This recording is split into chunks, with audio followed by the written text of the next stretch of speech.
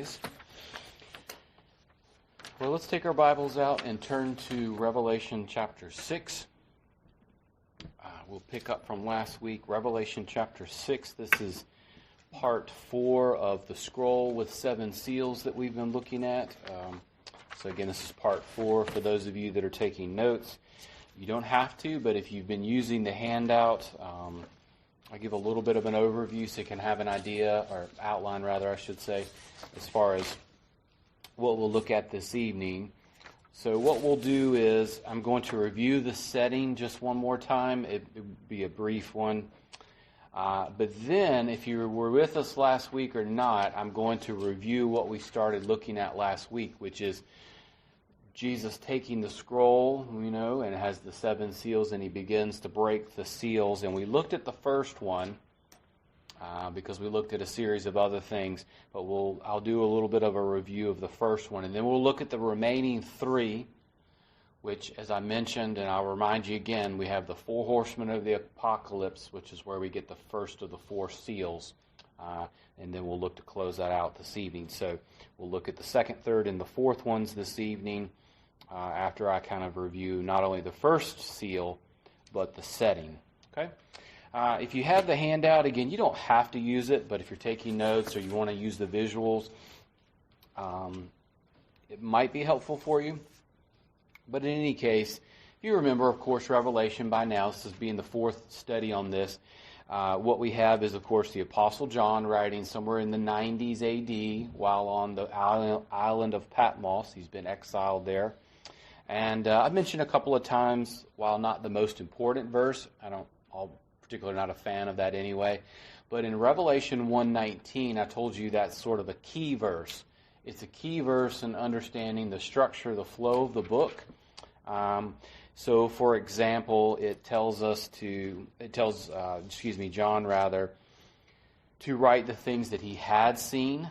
So if you're looking at your handout, you see the outline that we pulled, or I did, from the Ryrie Study Bible. You have the prologue there. And then what John does is exactly what we see there. He writes the things that he had seen. So those would be the things that he saw in terms of seeing the glorified Jesus and those sorts of things. The second part is the things which are. Those are the things that are in chapters 2 and 3. That's the 7 churches. Those would be the present things. And then chapter 4 forward is, of course, things that were future. If you remember, when you read Revelation chapter 4, verse 1, it says, "And after this, I will tell you the things that will take place after these things." So it's forward-looking, past, present, and then, of course, future. Now, in order to understand what the scroll is, you remember the setting is chapters 4 and 5.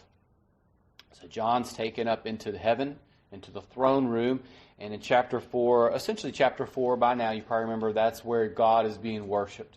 It's primarily what you see. You see God there being worshipped, offered continual worship.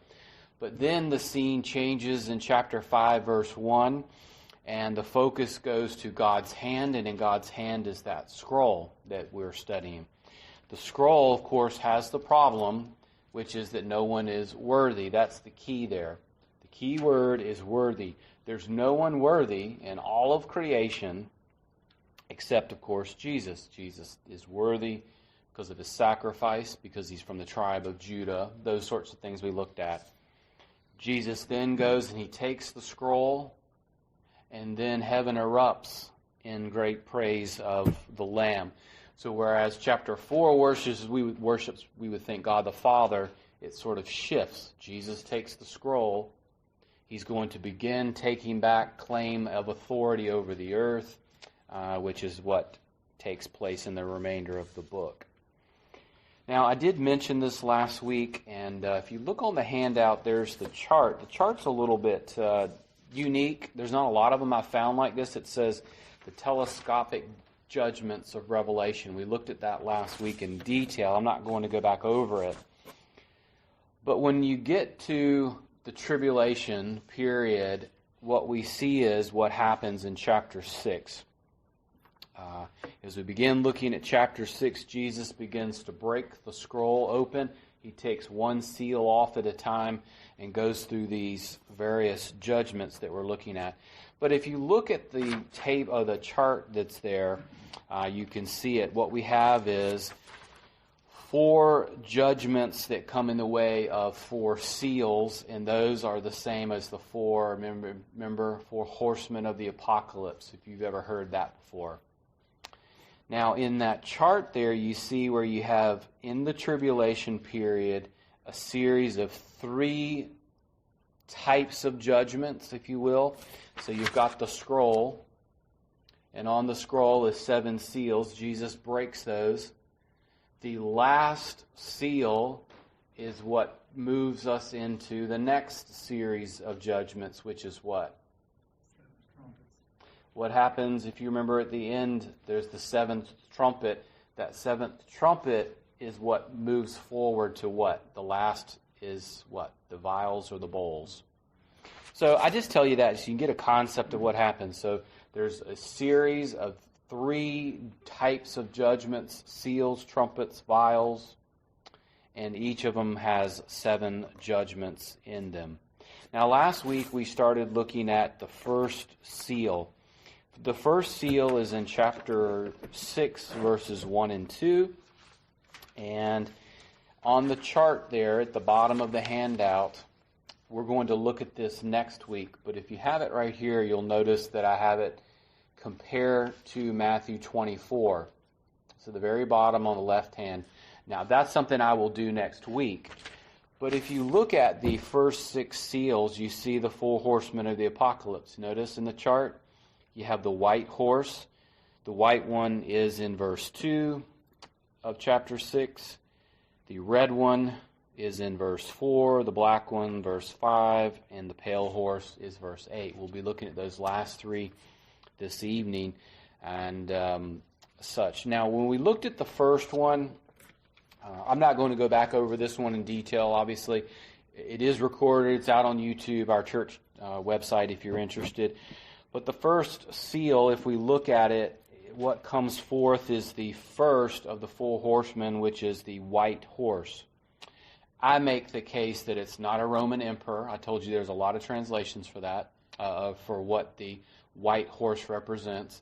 Some think it's Jesus because at his second coming, he has the white horse that he rides on. But I made the case that no, rather the typical, better translation is to say that it's the Antichrist or Antichrist, meaning false teachers. And we'll see how that works with Matthew 24 next week.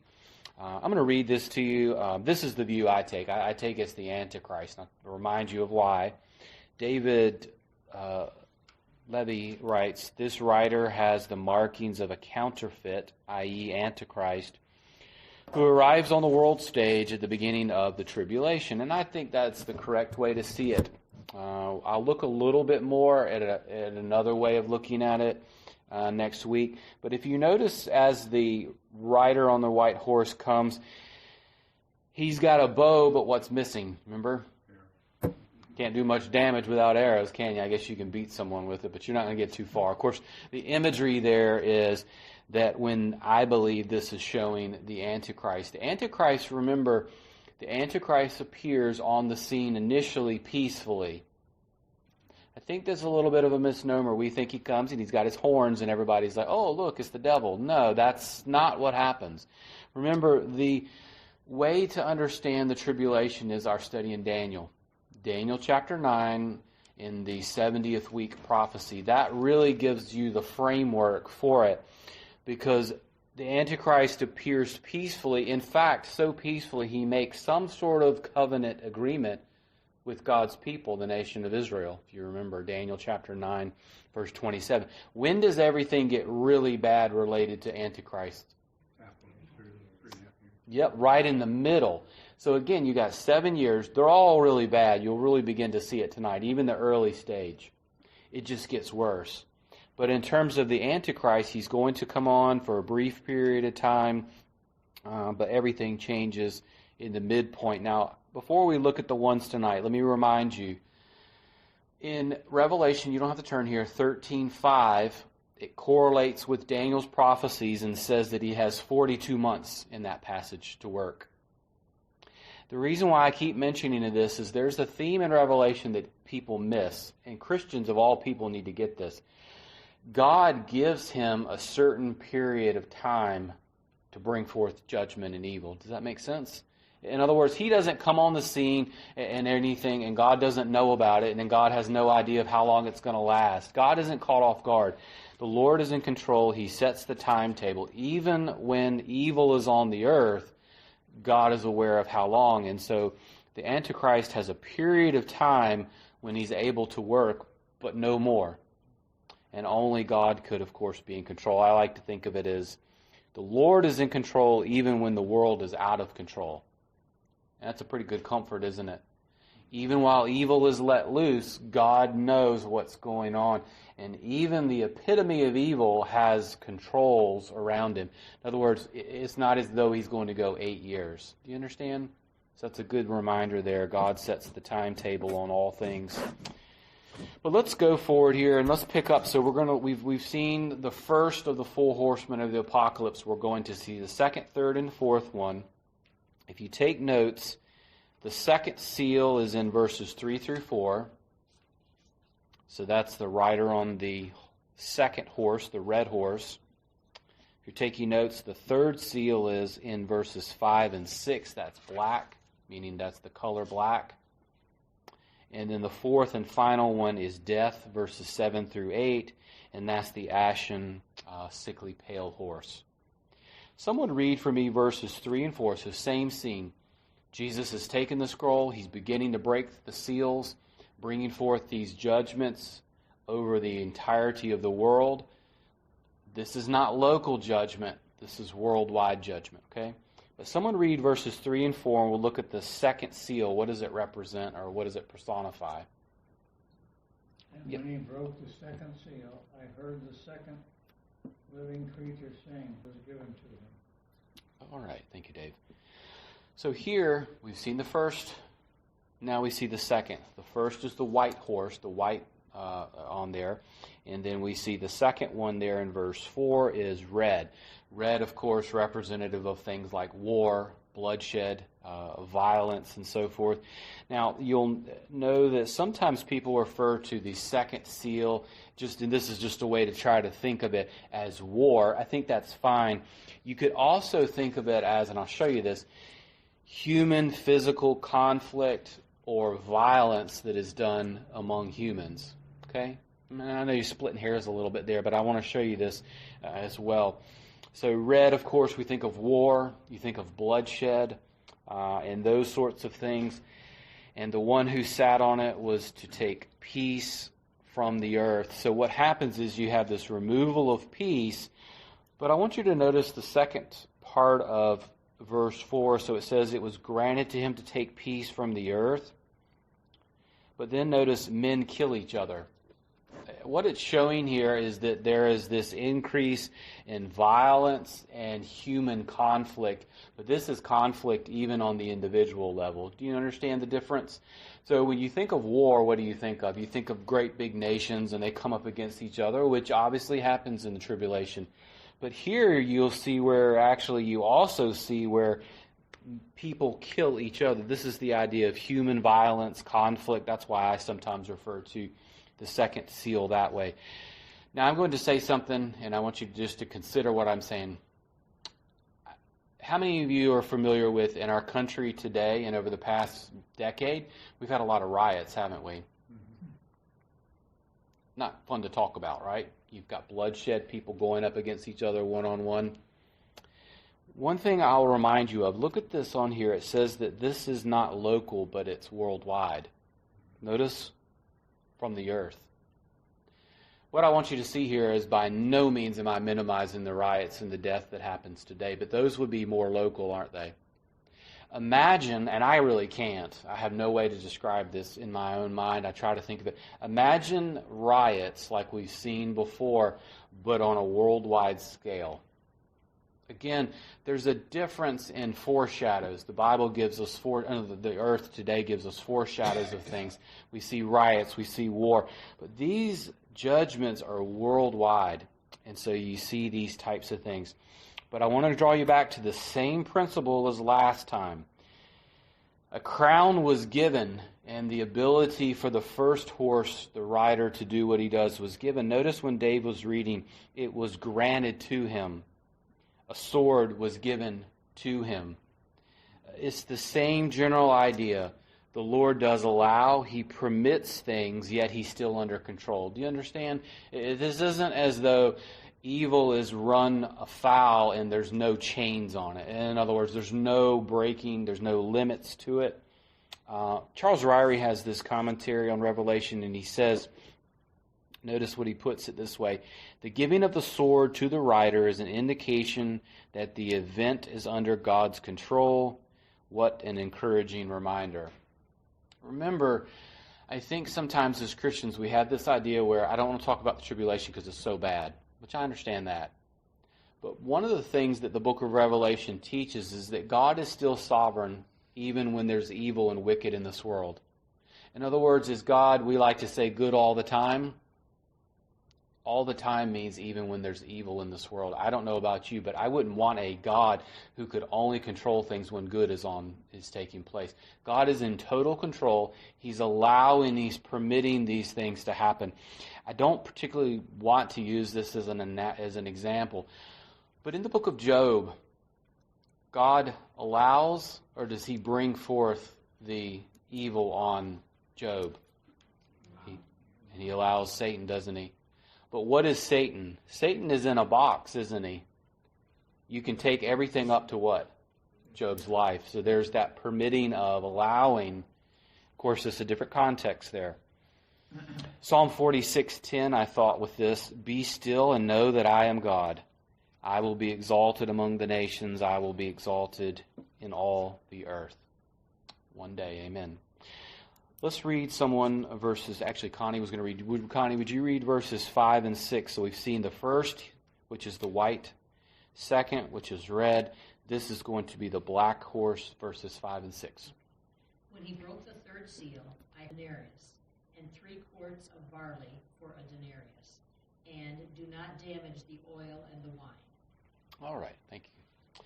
So we see here, so we've got the first one.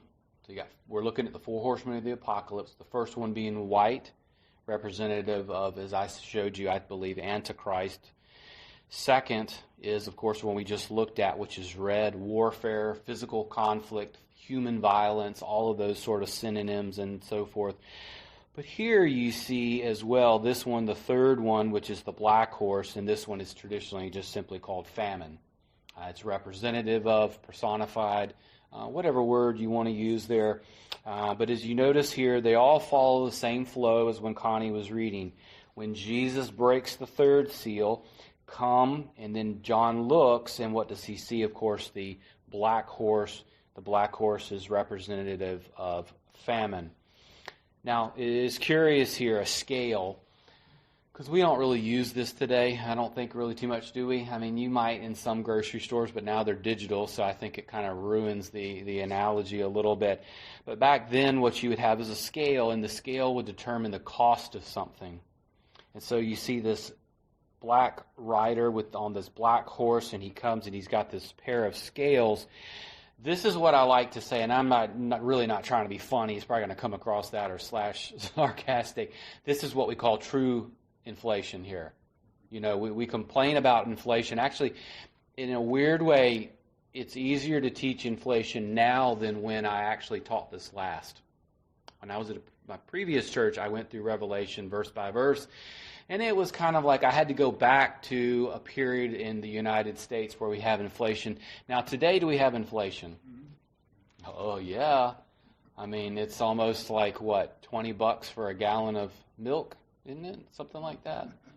If you get the unfiltered or filtered kind, but in all seriousness, but notice what the equivalent is. So it says the 4 living creatures, verse 6, but notice what the math is on it. It says a quart of wheat for a denarius. The idea here is that a denarius, denarii, was what someone would be given in that day in terms of a whole day's wage. So think of a job that you had, if any of you worked. I hope you did. Everybody's worked, haven't they? Somewhere along the way. So imagine working, and it doesn't matter because you can illustrate this pretty easy. Whether you were in healthcare, whether you were a bus driver, whether you were an accountant, anyone can conceptualize this. Can you imagine working one day to pay for just your food? If you notice, that's what it says. It's a quart of wheat, and it's individual. In other words, it would be just one day's wage to eat. Imagine how much that is. Isn't that amazing that it would be like that? And then you begin to think of the ramifications for that. So I go to work and I make enough money one day to eat for myself for one day, and then begin to think of the implications of that. Well, how do you pay for the internet? How do you pay for, I'm being a little funny, but do you understand the cataclysmic events of this? And then, of course, how do I pay for my wife? How do I pay for the kid? You see where this goes? This is on a different scale. I will use this as an example. Sometimes people get a little confused because we begin to see these things today, don't we? But we don't see them in their full. I'm going to read something to you. I hesitated to do this because I don't want to confuse you, but you'll get my point here. The Bible tells us that there are things that are going to come, but we get foreshadows. We get glimpses of them along the way. I actually think this is a helpful one. Just listen to this. It's unrelated, but it gives the same idea. It's 1 John 2:18. Children, it is the last hour, and just as you have heard, Antichrist is coming. Even now, many Antichrist, plural, have come. You understand? What John is saying is one day there's going to be a final Antichrist. God is going to show you along the way that there's many that are similar types of that. We've seen that in history, haven't we? I mean, you can just name them left and right all the way. And that's sort of the idea I want you to see. We can see where these things happen. Can we see in the second seal what would be happening in the future? Violence and riots worldwide. We get glimpses of it today, don't we? Pockets in different places of the world. With this famine, you see this. Again, I'm going to quote here from David Levy here. If you're interested, we do have on the cart for the library his Revelation commentary. If you're interested, this is where I'm quoting this from. And the other one, this famine, in other words, the famine will affect the lower and middle classes, but the rich will continue to enjoy their luxurious lifestyle. Now, how does he get that? Look back at what Connie was reading. A quart of wheat for a denarius and so forth. So we got that part, but notice the rest.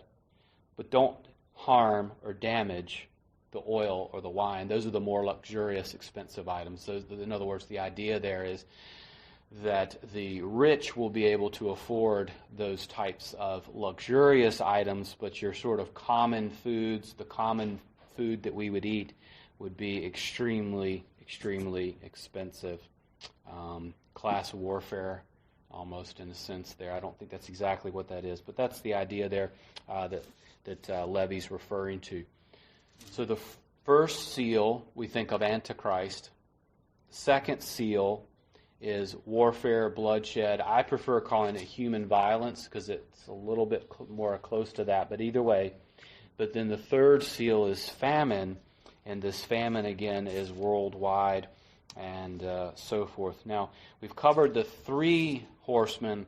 Someone read verses 7 through 8, or else I will, and we'll look at the fourth one. This is the last of the four horsemen of the apocalypse. And you'll really see here where this is future. It's not present, and it has never happened before. But would someone want to read verses 7 through 8? Yeah, go ahead, Don. When he opened the fourth seal, I heard the voice of the fourth living beast of the earth. All right.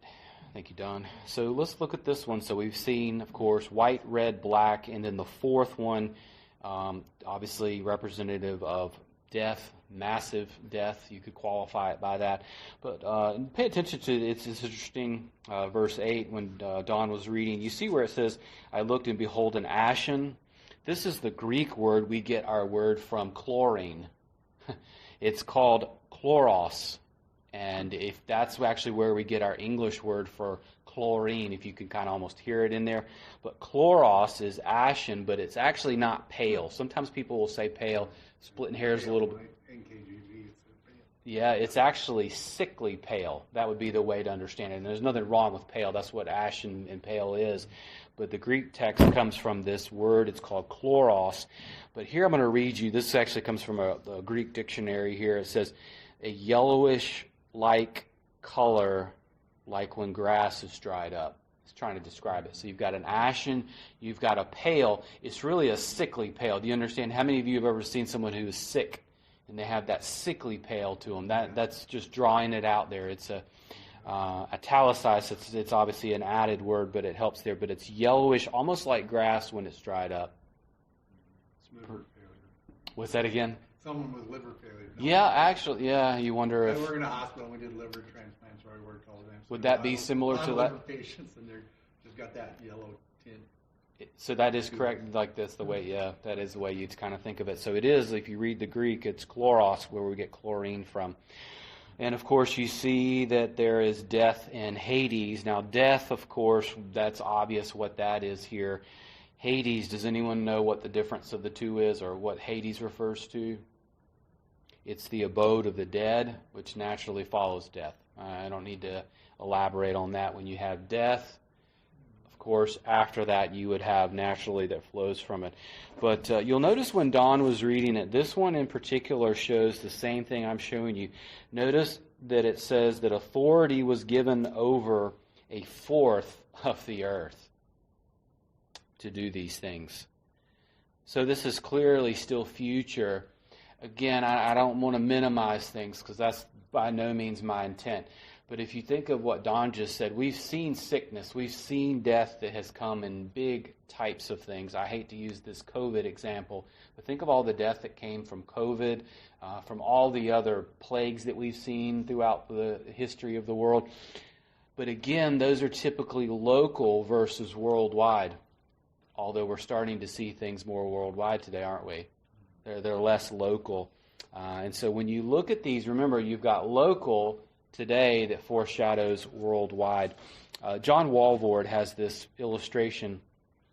It's not pleasant reading, but I want you to think about this, because there are some people who will say, oh, this is just representative of the course of time, and they try to minimize it.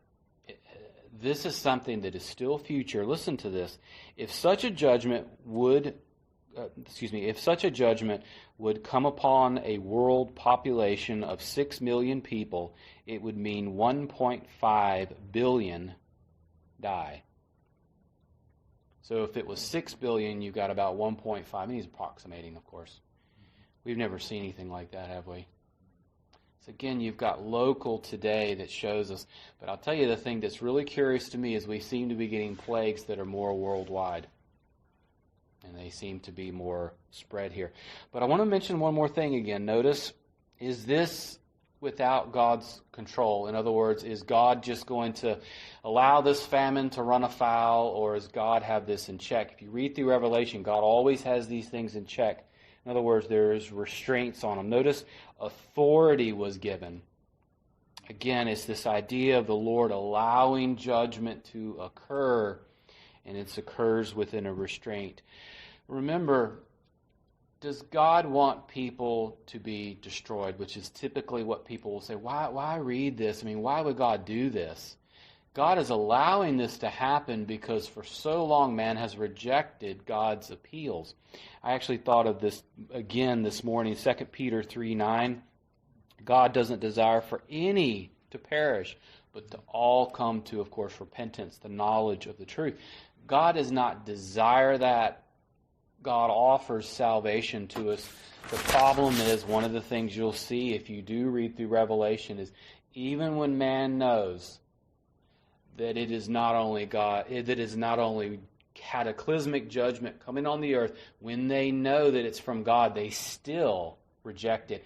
And in fact, as Revelation judgments get more steeped, they actually get harder and rebel more against God. Man's problem is his hard heart. It only gets harder. I think it's more and more evil. God causes His good to come on the evil and the good. So what we'll do next time, and I'm going to end us with something that'll be on a positive note, because this isn't, I realize this isn't something we find too comforting. But next week what we'll do is look at the fifth and the sixth seal, obviously the seventh one briefly, because that one isn't anything in terms of judgment. It just unleashes the seventh one. But then I'll show you the comparison of the Olivet Discourse, the early part in Matthew, to these seals, and you'll have a head start on when we get back to Mark at the first of the year, because that's where we'll end up being in Mark's abridged Olivet Discourse.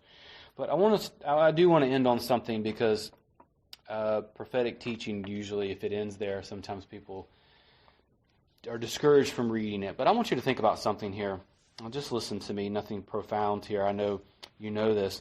But in the second seal, what was removed from earth? Peace. I thought that it's interesting, what do we sing sometimes this time of the year? Peace on earth and goodwill towards men. Peace on earth comes when Jesus returns at His second coming, and He is reigning on the earth in the millennial kingdom. However, do you know that we have peace today even while there's conflict and turmoil? And Jesus even tells His disciples that very thing. In the upper room, we are told that only Christ can give us what the world can't. Jesus told His remaining disciples, John 14:27, "Peace I leave with you. My peace I give to you. I do not give to you as the world gives. Do not let your hearts be troubled or be afraid." We don't need to be troubled or afraid. God's given us these things ahead of time. He's told us the world's going to spin this way. But we have peace today, don't we? We have that inner peace. But one day, of course, Jesus will reign on the earth, and I think we'll then have goodwill towards men. But we're not going to have it until then. I wanted to leave some time for questions, comments. Need me to clarify anything?